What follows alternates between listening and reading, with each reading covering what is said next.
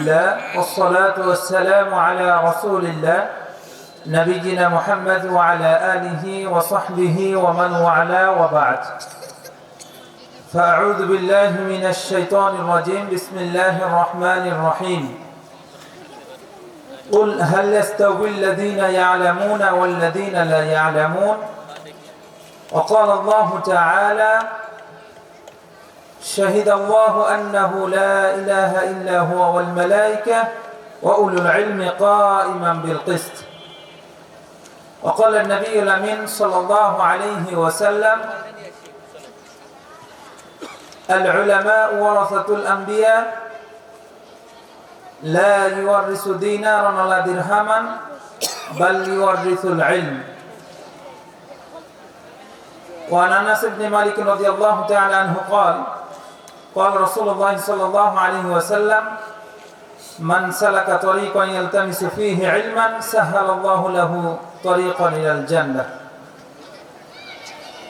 জামিয়া ইসলামিয়া মুন্সি শুকুর মাহমুদ এর ও মাদ্রাসা মসজিদ কমপ্লেক্সের উদ্যোগে আয়োজিত একদিন ব্যাপী আজকের এই প্রোগ্রামের সম্মানিত সভাপতি, প্রধান অতিথি, উদ্বোধক, প্রধান আলোচক এবং বিশেষ আলোচকবৃন্দ, আমার সামনে উপস্থিত দিন দরদি ইসলাম প্রিয় বাবাজিরা, সমবয়সী যুবক ভাইয়েরা, স্নেহের কচিকাচারা, পর্দার আড়ালে মা ও বোনেরা, আমরা এই প্রোগ্রামে উপস্থিত হতে পারে প্রথম শুকরিয়া জ্ঞাপন করব কার?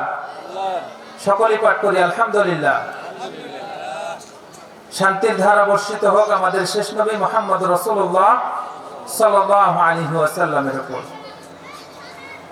এই প্রোগ্রামগুলো কিসের একটু বলতে পারবেন? কি উদ্দেশ্যে আসা একটু কথা বলবেন? আল্লাহ সন্তুষ্টি সরাসরি হয় নাই, আগে জানবো পরে মানবো, জানার উদ্দেশ্যে আসা।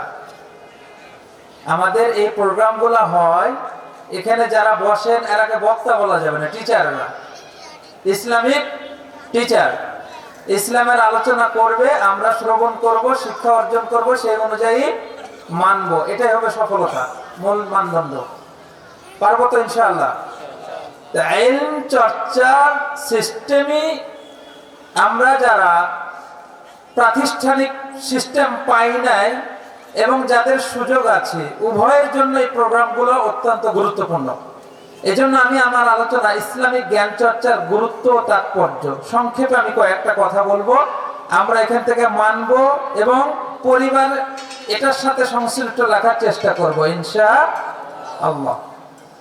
কেননা ইসলাম আসার পূর্বের যুগটাকে কি বলা হতো?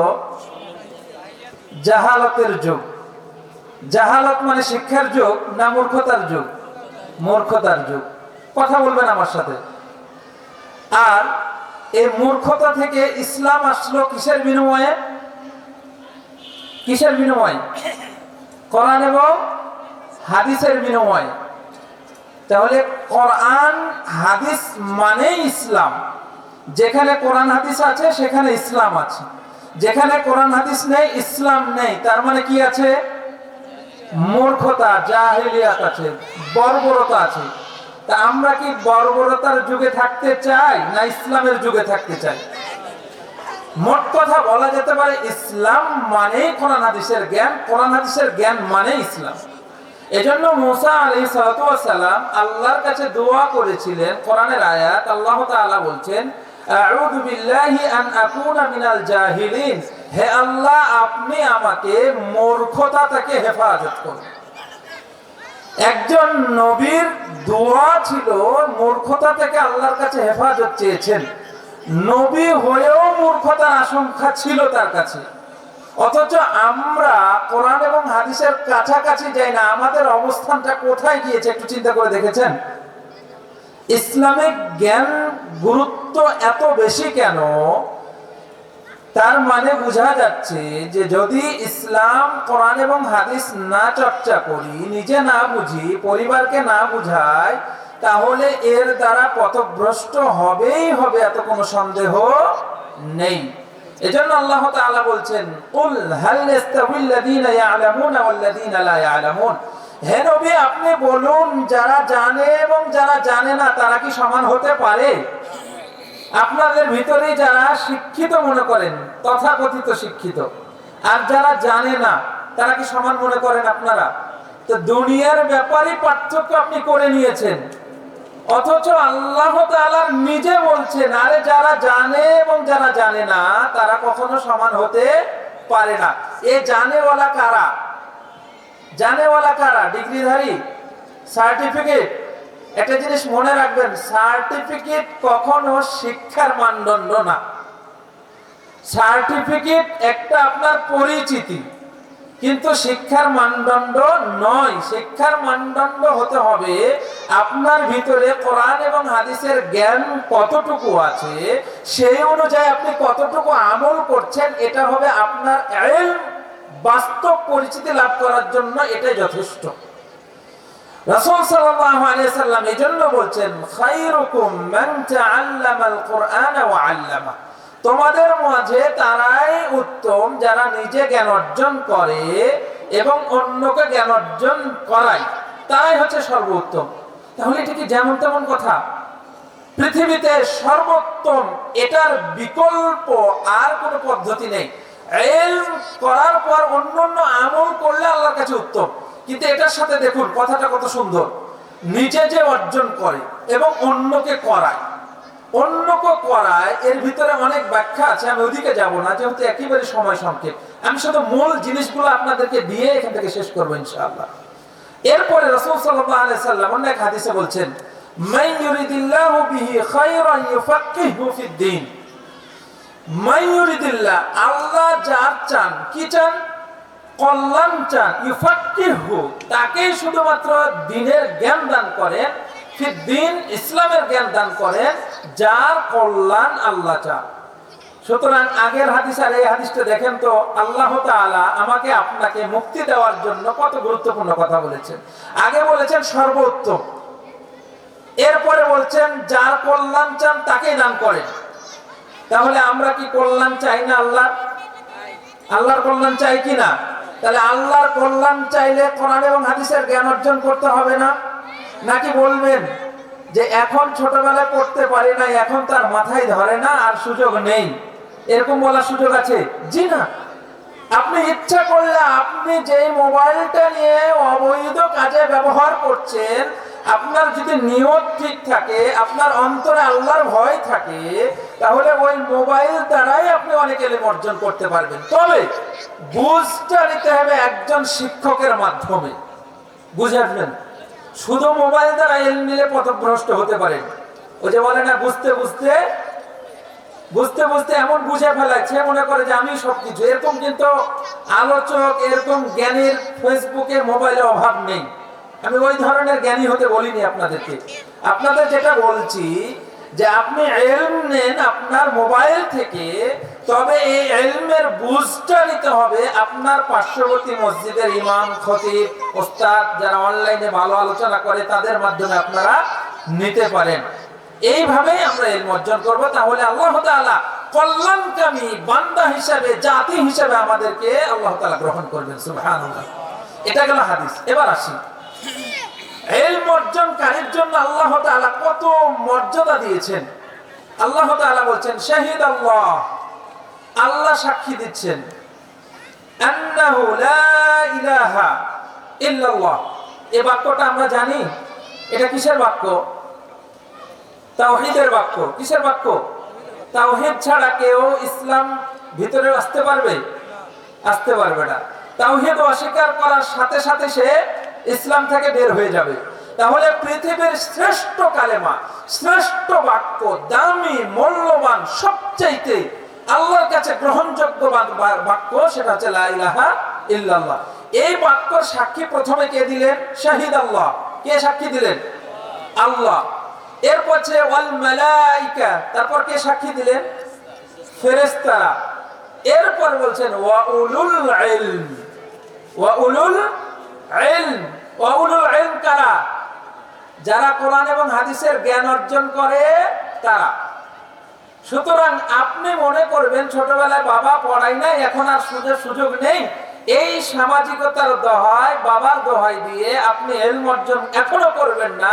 আপনার 60 বছর 70 বছর বয়স হয়ে গেল, আপনি ঠিকই চায়ের দোকানে ঘন্টার পর ঘন্টা টিভি সামনে দেখতে পারেন কখন কোন সিরিয়াল হবে, কখন কোন আলোচনা হবে, কখন কার সমাবেশ আছে, এগুলো আপনি শিডিউল মেনটেন করতে পারেন। আর আপনি এখনো সূরা ফাতিহা ঠিক মতো পড়তে পারেন না, এখনো সালাতের প্রত্যেকটা তাশাহুদ, দোয়া, তাসবিহ এগুলো ঠিক মতন জানেন না, আপনাকে কি কখনো ইলমে অর্জনকারীর মধ্যে অন্তর্ভুক্ত আল্লাহ করবেন? করবেন না। এজন্য রাসূল সাল্লাল্লাহু আলাইহি সাল্লাম একটা গুরুত্বপূর্ণ হাদিস বর্ণনা করেছেন। আল্লাহ রাসূল সাল্লাল্লাহু আলাইহি ওয়াসাল্লাম বলেছেন, ইন্নাল্লাহা ইউবগিদু কুল্লা আলিমিন বিদ-দুনিয়া। আরে দুনিয়ার ব্যাপারে তারা আলেম, দুনিয়াবি ব্যাপারে কি আলেম মানে কি জ্ঞানী, দুনিয়ার ব্যাপারে তারা অনেক জ্ঞানী, অথচ জাহিলুন ফিল আখিরাহ, আখিরাত দিবসে একেবারে অজ্ঞ, মূর্খ, বর্বর, কিচ্ছু বুঝে না। এদের উপর আল্লাহ রাসূল আল্লাহর কাছে দোয়া করেছেন, ইন্নাল্লাহা ইউবগিদ, আল্লাহ তুমি তাদের উপর ইউবগিদ, রাগ, আল্লাহর গজব নাজিল করো, লা হাওলা ওয়ালা কুওয়াতা ইল্লা বিল্লাহ। সুতরাং এটা আমার আপনার ব্যাপারে কি হচ্ছে না? একটু নিজের বিবেক দিয়ে বলেন তো, যে দুনিয়ার ক্ষেত্রে আপনি সব জানেন, কোন ব্যবসা কেমনে করতে হবে, কাকে মার দিয়ে, কোন টাকা টেবিলের ওপর দিয়ে, টেবিলের নিচ দিয়ে গ্রহণ করতে হবে, এটা আপনি ঠিকই ভালো জানেন। অথচ আপনি 5 ওয়াক্ত সালাত আদায় করতে হবে, প্রত্যেক সালাতে কোন সময় কোন কোন দোয়া পড়তে হবে, এই জিনিসটা কিন্তু খেয়েও ঠিক মতন আমরা জানি না। এদের ব্যাপারে রাসূল সাল্লাল্লাহু আলাইহি ওয়াসাল্লাম বলছেন, দুনিয়ার ব্যাপারে তারা জ্ঞানী আর আখিরাতের ব্যাপারে অজ্ঞ, এরাই হচ্ছেন সবচেয়ে বড় বর্বর, জাহেল, মূর্খ, কিয়ামতের দিন জাহেলের কাতারে তারা থাকবে। নাউযুবিল্লাহি মিন যালিক। বলছিলাম আল্লাহ তাআলা 3টা সাক্ষ্য দিয়েছেন, পৃথিবীর শ্রেষ্ঠ বাক্য, কিয়ামতের দিন শ্রেষ্ঠ বাক্য, যে বাক্য পাহাড় সর পরিমাণ পাপ নিয়ে হাজির হলো বান্দা, তার জাহান্নাম অবধারিত, আল্লাহ তাআলা চিরকুট ধরিয়ে দিবে, যাও তোমার এই চিরকুটটা তোমার সওয়াবের পাল্লায় দাও, সওয়াবের পাল্লায় দেওয়ার সাথে সাথে পাপের পাল্লা হালকা হয়ে যাবে, সওয়াবের পাল্লা ভারী হয়ে যাবে। চিরকুটে কি লেখা থাকবে বলেন তো? লা ইলাহা ইল্লাল্লাহ। এই দামি বাক্য আল্লাহ নিজে সাক্ষ্য দিচ্ছেন, ফেরেশতাদের সাক্ষ্য দিচ্ছেন। এবার আমাদের ভিতরে পৃথিবীতে যত মানুষ রয়েছে তাদের ভিতর থেকে একটা বৈশিষ্ট্যের অধিকারী ব্যক্তিদেরকে অন্তর্ভুক্ত করেছেন। তারা কারা? যারা কোরআন এবং হাদিসের জ্ঞান অর্জন করেছে তারা। সুতরাং আমরা জ্ঞান অর্জন করব তো, ছেলে মেয়েদেরকে করাবো তো।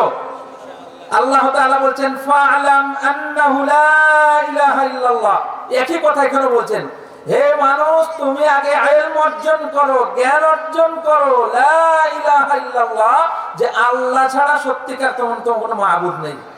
লা ইলাহা ইল্লাল্লাহর যত শর্ত রয়েছে, প্রথম শর্ত আল্লাহ তাআলা করেছেন আল ইলম, জ্ঞান অর্জন করা। তার মানে তাওহীদ, জ্ঞান না থাকলে তাওহীদ থাকবে না। কখন আপনি ঈমান হারা হয়ে যাবেন, কখন কাফের হয়ে যাবেন, কখন কুফরি হয়ে যাবে, আপনার যদি জ্ঞান না থাকে আপনি জানতে পারবেন? এই অন্ধকার রাত্রে যদি লাইট ছাড়া আপনাকে ছেড়ে দেওয়া হয় মাঠের ভিতরে, আপনি চিনতে পারবেন কোন দিকে যাব? কেন? তো অন্ধকার, আলো নেই, আপনার রাস্তা দেখাবে আলো নেই আপনার কাছে। সুতরাং পথ, দুনিয়াটা একজন ব্যক্তির অন্ধকার, এই দুনিয়াটা মুহ রয়েছে, এই দুনিয়াতে ধোঁকা রয়েছে। এই ধোঁকাময় দুনিয়াতে আমাকে আপনাকে চলতে গেলে আল্লাহ তাআলা 2টা লাইট দিয়েছেন। সেই 2টা লাইটের নাম জানি? আল্লাহ রাসূল সাল্লাল্লাহু আলাইহি ওয়াসাল্লাম বলেন, তারাকতু ফীকুম আমরাইন, হে পৃথিবীর মানুষ দেখো আমি তোমাদের মাঝে 2টি জিনিস রেখে গেলাম। সেই 2টি জিনিস কি? 1 নাম্বার হচ্ছেন আল কোরআন, কিতাবুল্লাহ, আল্লাহর কোরআন এবং রাসূল সাল্লাল্লাহু আলাইহি ওয়াসাল্লামের সুন্নাহ তথা হাদিস। এই 2টি জিনিস যতদিন পর্যন্ত আঁকড়ে ধরবে ততদিন পর্যন্ত পৃথিবী নামক কোনো ফিতনা তোমাকে জর্জরিত করতে পারবে না। সুতরাং আমাদের টর্চ লাইট পৃথিবীতে কোনটা? কোরআন এবং হাদিস। কোরআন এবং হাদিস ছাড়া একজন ব্যক্তির জীবন চলতে পারে না, অসম্ভব। যদি চলা যায় তাহলে আমার আপনার জন্য ইসলামটা বৃথা হয়ে গেল। নাউযুবিল্লাহি মিন যালিক। সুতরাং আমরা আমাদের ছেলে মেয়েকে মাদ্রাসায় পড়াবো তো, ইসলামী শিক্ষা অর্জন করাবো তো। ইসলামী শিক্ষা ছাড়া ইহকাল পরকাল উভয় কাল আমার জন্য একেবারেই জঘন্য অন্ধকার, কোনো সুযোগ নেই। আল্লাহ রাসূল বলেন, তালাবুল ইলম ফরিদাতুন আলা কুল্লি মুসলিম, প্রত্যেক নরনারী যদি সে মুসলিম হয় তার উপর ইলম অর্জন করা ফরজ। কথাটা বুঝবেন, আলা কুল্লি মুসলিম, আমি আপনি বেঈমান মুশরিক কোনো সমস্যা নাই, যদি মুসলিম দাবি করি তাহলে আমার আপনার জন্য ফরজ কোনটা? ইলম অর্জন করা। এইজন্য ইমাম বুখারী রাহিমাহুল্লাহ বাবই বেঁধেছেন আল ইলমু ক্বাবলা আল কওলি ওয়াল আমাল বিহি, বলছেন কথা এবং আমল করার পূর্বে তুমি কি করো? ইলম অর্জন করো। আমি আমল করব, সালাত আদায় করব, আমি জানি না কিভাবে সালাত আদায় করতে হয়, আমার ওই সালাত কোন কাজে দিবে? 26 বছর কেন 70 বছর যদি চেষ্টা না করি আর চলমান গতিতে আমি সালাত আদায় করলাম, ওই সালাত আল্লাহর কাছে কাজে দিবে না। আমি সিয়াম পালন করব, সিয়াম আমার কোনগুলা ফরজ রয়েছে, কোনগুলা তরক করলে সিয়াম ছেড়ে যাবে, এই ধরনের বিষয়গুলো যদি না জানি তাহলে আমার ওই সিয়াম কোনো কাজে দিবে? কোনো কাজে দিবে না। সুতরাং আমরা বুঝতে পারলাম যে ইলম ছাড়া কখনো আমি আপনি সফলতা পাবো না। সর্বশেষ একটা হাদিস বলে শেষ করব। একজন সাহাবী আল্লাহ রাসূলের কাছে জিজ্ঞেস করছেন, ইয়া রাসূলুল্লাহ, আমার এক ভাই সর্বদাই আপনার কাছে মসজিদে নববীতে বসে শুধু ইলম নেই আর মুহতারিফ, আমি আমার সংসারের একাই খরচ বহন করি, খুব কষ্ট হয়। এই যে আপনারা যারা ছেলে মেয়েদেরকে পড়ান মাদ্রাসায় 5,000 6,000 নিচে এত খরচ করতে পারবো না, করেন একটু মন মানসিকতা। এই হাদিসটা শুনুন, আপনাদের বরকত কোথা থেকে আসবে। তো ওই সাহাবী বলছেন যে ইয়া রাসূলুল্লাহ, আমি শুধু তার পরিবারের খরচ বহন করি আর আমার ছোট ভাই শুধু ইলম অর্জন করে, আপনার এখানে দাস নেই, তো এই দাস নিতে হলে সে আমার সাথে অর্থে কখনো সহযোগিতা করতে পারে না, আমার টাকা পয়সার অভাব হচ্ছে, আমি চলতে পারছি না, আপনি একটু বলুন না সেজন্য আমার সাথে একটু কাজ করে, তাহলে তো আমাদের অর্থ আরো বেশি হয়। তখন আল্লাহ রাসূল সাল্লাল্লাহু আলাইহি ওয়াসাল্লাম কি বলেছেন শুনবেন। আল্লাহ রাসূল সাল্লাল্লাহু আলাইহি ওয়াসাল্লাম বলেন, তুমি কি অভিযোগ করছো? আরে তুমি জানো আল্লাহকে তুরজাকু বি, তুমি যেইটুকু আজকে রিজিক অন্বেষণ করছো, যে অর্থ উপার্জন করছো, এটা হতে পারে সে আমার এখানে ইলম অর্জন করছে, তার বরকতে হচ্ছে। সুবহানাল্লাহ সুবহানাল্লাহ। সুতরাং কখনো সংকীর্ণতায় ভুগবেন না। ইসলাম সংকীর্ণতার জিনিস নয় যে আমি আপনি ইলম অর্জন করব আর আমার পরিবার চলবে না, এটা মিথ্যা কথা। কারণ আল্লাহ তাআলা বলেন ইয়ারফাইল্লাহু আল্লাযীনা আমানু মিনকুম ওয়াল্লাযীনা উতুল ইলমা দারাজাত। সুবহানাল্লাহ। বলছেন যারা ইলম অর্জন করে তাদের মর্যাদা ইহকাল পরকাল উভয় কালে সম্মান, অর্থ, সম্পদ আমি আল্লাহ তাআলা উতুল ইলমা দারাজাত, ইলমের কারণে আমি আল্লাহ তাআলা বৃদ্ধি করে দিই, বাড়িয়ে দিই। সুবহানাল্লাহ সুবহানাল্লাহ। সুতরাং ইলম অর্জন না করলে তথাকথিত বর্তমান যেই গ্রাস, পশ্চিমাদের যে অপসংস্কৃতি আমাকে আপনাকে গ্রাস করে ফেলেছে, মুসলিম থাকা অসম্ভব, যার প্রমাণ গত রাত্রে আপনারা পান নাই নাকি? এই এলাকার এগুলো পালন হয় নাই মনে হয়, এলাকার সবকিছু ভালো মনে হয় না? নাউযুবিল্লাহি মিন যালিক। ঘুমাতে পারি না, আমার ছোট্ট ছেলেটা লাফ দিয়ে উঠছে, আব্বা কি অবস্থা, মনে হচ্ছে যে কোথাও বম ফুটতেছে। ওই যে আন্দোলনের সময় যে আওয়াজ পেয়েছিল ওই আতঙ্ক আছে। আল্লাহু আকবার। এটা খারাপ। মুসলিমের সন্তান অমুসলিমের সন্তান নয়, সবাই আব্দুল্লাহ আব্দুর রহমানের ছেলে। যা দেখেন ওর বাবা হাজি, না হয় ওর দাদা হাজি, সে হাজির ছেলে, সারা রাত্রি উলঙ্গ হয়ে ন্যাংটা হয়ে এই সেই করে তারা নাচানাচি করে যা বেড়াচ্ছে। আর মোটর সাইকেলের আওয়াজ, ফানুসের আওয়াজ, বুটুমের আওয়াজ, এগুলো তো বাঁধিয়ে দিলাম। এই অপসংস্কৃতির ছবলে বাংলাদেশ ছেয়ে গিয়েছে। এটার কারণ কি জানেন? ইসলামী শিক্ষা না থাকার কারণে।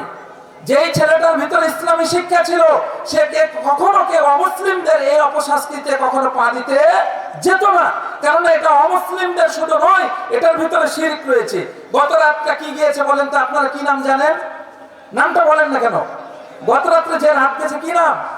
31st নাইট, আসলে 31শে ডিসেম্বর। এই 31st নাইটের সংক্ষিপ্ত একটা ইতিহাস আছে। এটা যদি আমি আপনি জানতাম, আমার ছেলে মেয়েকে জানাতে সক্ষম হতাম, তাহলে কখনো আমার ছেলে আমার মেয়ে এই রাত্রে নতুন পোশাক পরিধান করে ফানুস কিনে, বুটুম কিনে, রং মেখে আর রাস্তায় বের হতো না। কারণ এটা শিরকি একটা অপকর্ম চলে, শিরকি অপকর্ম। যখন আপনার সেই রোমান মুশরিকরা ওই সময়ে তারা বছরের শেষের দিন 31শে ডিসেম্বর রাত 12টা আসার আগে, তখনও 31st নাইট হয় নাই। ইতিহাস একটু শুনুন। 31শে ডিসেম্বর রাত 12টার কিছুক্ষণ পূর্বে জানুস নামে একটা দেবতা আছে, আপনারা গুগলে সার্চ দিবেন, জানুস নামের একটা 2 মাথাওয়ালা দেবতা। ওই 2 মাথাওয়ালা দেবতার কাছে এই রাত 12টার পূর্ব মুহূর্তে গিয়ে পিছনের মাথায় তারা বলতো যে হে আমাদের দেবতা, হে আমাদের প্রভু, তোমার কারণে এই অতীতের 1 বছর আমাদের ভালো গিয়েছে। ওরাই আবার যখন 12টা বাজতো, 12টা বাজার সাথে সাথে সামনের মাথায় এসে বলতো যে দেবতা আগামী 1 বছর যেন ভালো যায়। নাউযুবিল্লাহ বলবেন না? ভালো মন্দের মালিককে আরে আল্লাহ নবীকে বলেছেন লা ইয়ামলিকু লিনাফসি নাফআ ওয়ালা দাররা। হে নবী, আপনি বলে দিন যে আরে নিজে তো ভালো করার তো দূরের কথা, আমি নবী কখনো আমার ভালো এবং অকল্যাণ এটা আমি কখনো করার ক্ষমতা রাখি না। অথচ এরা যায় কার কাছে? যে দেবতা নিজের হাতে তৈরি করে তার কাছে। আমাদের বিশ্বাস না হলে একটু আজকে সার্চ দিবেন গুগলে, যে জানুস নাম দিবেন, JANUS, জানুস, দেখবেন যে একটা 2 মাথাওয়ালা মূর্তি আসবে। তো এটা তাদের কাছে ছিল তাদের সংস্কৃতি, তাদের সংস্কৃতি। কিন্তু ঘটনাক্রমে পর্যায়ক্রমে এটা তো দিতে হবে বাঙালি মুসলিমদের কাছে, শুধু বাঙালি না মুসলিমদের কাছে। এটা পর্যায়ক্রমে আস্তে আস্তে আস্তে আস্তে এর নাম হলো 31st নাইট। যদি বলা হতো দেবতার কাছে দোয়া করা, আপনার ছেলে যাবে না, আপনার মেয়ে যাবে না, নাম চেঞ্জ করলো পর্যায়ক্রমে। আর আমরা মুসলিম জাতি ইসলামী শিক্ষা না থাকার কারণে, বর্তমান ইতিহাস না জানার কারণে আজকে আমার ছেলে আমার মেয়ে বোকার মতন তাদের ওই ধরনের অনুষ্ঠানগুলোতে যাচ্ছে আর বলছে নতুন বছরের উদ্যম, নতুন বছরে হ্যাপি নিউ ইয়ার, নতুন বছরের আপনাকে স্বাগত জানিয়ে দিল। নাউযুবিল্লাহি মিন যালিক। বলছিলাম এই কাজগুলো মুসলিমদের ভিতরে কিভাবে ঢুকলো? নাম চেঞ্জ করার মাধ্যমে। আর এটা ঢোকার মধ্যে তাদের উদ্দেশ্য ভোগ্যবাদী সাম্রাজ্যবাদ, তারা যেটা করতে চেয়েছিল সেটা কিন্তু সফল। তারা এটার দ্বারা 2টা কাজ হয়েছে। 1 নম্বর কি, তারা কিছু পণ্য দিয়ে দিয়েছে বাজারে, ওই পণ্যগুলো আমার ছেলে আপনার মেয়ে আপনার ছেলে কিনবে, এমনকি আজকে ক্রয় বিক্রয় হচ্ছে। ওই যে খাওয়া দাওয়া ফুর্তি করে দুনিয়াটা মস্ত বড়, এই যে ভোগ্যবাদী সমাজ, এই ভোগ্যবাদী সমাজ তৈরি হয়েছে। দেখবেন যে কালকে আপনি খোঁজ দিয়ে দেখেন, আপনার বাড়িতে না হোক, আপনার পাশের বাড়ির কোনো মেয়ে তার বাবার কাছে বলেছে আগামীকাল আমার একটা নতুন শাড়ি দরকার। বউ তার স্বামীকে বলেছে যে অনুষ্ঠানে যাব, ঘুরবো, হ্যাপি নিউ ইয়ার, বছরের প্রথম দিন, এই নিব ওই নিব। এই করতে করতে দেখবেন অনেক পরিবারের আত্মহত্যার ঘটনাও ঘটছে। গত রাত্রেও একজন অনুষ্ঠান পালন করতে গিয়ে ছাদ থেকে পড়ে এখন ফেসবুকে লিখতেছে বছরের প্রথম শহীদ। নাউযুবিল্লাহ। শহীদ বলবেন না বছরের প্রথম জাহান্নামে ঢুকলো? কোনটা বলবেন? এরাও যদি হয় শহীদ, তাহলে আমাদের শিক্ষা কোথায় গিয়েছে? আরে কাকে শহীদ বলতে হবে, কাকে আত্মহত্যা বলতে হবে, কাকে জাহান্নামের বলতে হবে, এটাও আমরা বুঝি না। ইসলামকে এত হালকা আমরা মুসলিম দাবি করি, শিক্ষাটুকু নেই আমাদের ভিতরে। তো 1 নম্বর হলো তারা পণ্য তৈরি করেছে, আমরা ক্রয় করছি, তাদের টাকা ইনকাম হচ্ছে, আমাদের পকেটের টাকা চলে যাচ্ছে। এটা হলো 1 নম্বর। ভোগ্যবাদী সমাজকে গ্রহণ করতে গিয়ে আমাদের টাকা চলে যাচ্ছে, আমাদের টাকা চলে যাচ্ছে, আমরা ভোগ করছি। আর এই ভোগ করতে করতে দ্বিতীয় পরিস্থিতি এমন ঘটেছে যে যখন ভোগ করে, ভোগের ভিতরে ভোগ করতে করতে এমন একটা বিকৃতি মন মানসিকতা তৈরি হয়ে যায় যে সে তখন আর কোনো কিছু চিন্তা করে না, সুস্থ মস্তিষ্ক থাকে না, সে একটা পালিত পশুর মতন হয়ে যায়। পালিত পশু বুঝেন? পালিত পশু হিংস্র হলেও কিন্তু পোষ মেনে যায়। হিংস্র হলে বাঘ দেখে না অনলাইনে, বাঘকে পোষ মানাতে সক্ষম হয়। কেন?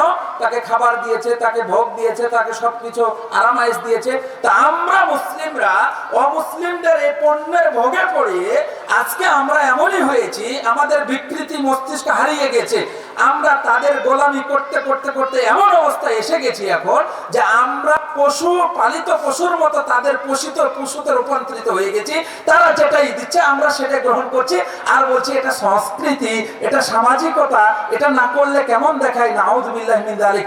আধুনিক সভ্যতা ইসলামকে বাদ দিয়ে কখনো সমাজে আসতে পারে এটা মানুষের কল্পনায় আসা সম্ভব নয়। বিশ্বাস করা তো দূরের কথা, কল্পনা আসবে না। কারণ ইসলাম একমাত্র সত্য এবং সভ্য। আধুনিক কিয়ামত পর্যন্ত আধুনিক থাকবে, যে আধুনিক সংস্কৃতি দিয়ে সুস্থ মস্তিষ্ক মানুষের সমাজকে চলমান রাখতে পারবে, ইসলামী শিক্ষাকে আগিয়ে নিতে পারবে। এই হচ্ছে ইসলামী শিক্ষার গুরুত্ব। আর না জানলে ভয়াবহতা আমাদের এই অবস্থা। অতএব আপনাদেরকে বলি, আমরা আমাদের ছেলে মেয়েদেরকে, এই যে একটা মাদ্রাসা উঠেছে কত সুন্দর, জামিয়া ইসলামিয়া মুন্সি শুকুর মাহমুদ, এই মাদ্রাসা রয়েছে। এইখান থেকে ক্লাস যদি বৃদ্ধি হয়ে যায়, আরো প্রতিষ্ঠান রয়েছে আলহামদুলিল্লাহ। আমি একটা প্রতিষ্ঠানে দায়িত্ব রয়েছি উত্তরখানে, সেখানে আমাদের নবম পর্যন্ত ভর্তি চলছে। তো এখানে যারা ভর্তি করার পর অতিরিক্ত ক্লাস যারা রয়েছে ভর্তি করতে পারছেন না, আমার ওখানে দিতে পারেন। ওটা শহীদুল্লাহ খান মাদানী আজকে প্রধান আলোচক পরিচালনা করেন। এবং এই ধরনের প্রতিষ্ঠানগুলোতে দিলে হবে কি, আধুনিক শিক্ষা, ইসলামিক শিক্ষা, ইতিহাস, সভ্যতা সবকিছু স্পষ্ট পাবে, ইসলাম বিকৃতি করতে পারবে না। ওটাই হবে আপনার কিয়ামতের নাজাতের সর্বোত্তম। আল্লাহ রাসূল সাল্লাল্লাহু আলাইহি ওয়াসাল্লাম বলছেন, আওয়ালাদুন সালিহুন ইয়াদউ লাহু, আরে নেক সন্তান রেখে যাও, শিক্ষিত সন্তান রেখে যাও, ওই সন্তান তোমার মৃত্যুর পর আল্লাহর কাছে দোয়া করবে। এমন সন্তান রেখে যেন না যে সন্তান মৃত্যুর সময় আপনার কবরের পাশে যাওয়ার তার যোগ্যতা নেই, লাশটার পাশে যাবে না, হুজুরকে ডেকে নিয়ে বলবে যে আমার লাশে বাবার লাশের পাশে থাকেন, আমাকে ভয় লাগে। নাউযুবিল্লাহি মিন যালিক। আল্লাহ রাব্বুল আলামিন যেন আমাদের সকলকে ইসলামী শিক্ষায় শিক্ষিত হওয়ার, পরিবারগুলোকে ইসলামী শিক্ষায় এবং ইসলামিক আদর্শে আদর্শিত হওয়ার, এই চলমান পরিস্থিতি যে অপসংস্কৃতি রয়েছে, অমুসলিমদের বিষাক্ত ছবল রয়েছে, এগুলো থেকে হেফাজত করা তৌফিক দান করুন। আকুলু কওলি হাযা আস্তাগফিরুল্লাহ লি ওয়া লাকুম ওয়া লিসাইরিল মুসলিমিন। আসসালামু আলাইকুম ওয়া রাহমাতুল্লাহি ওয়া বারাকাতুহু।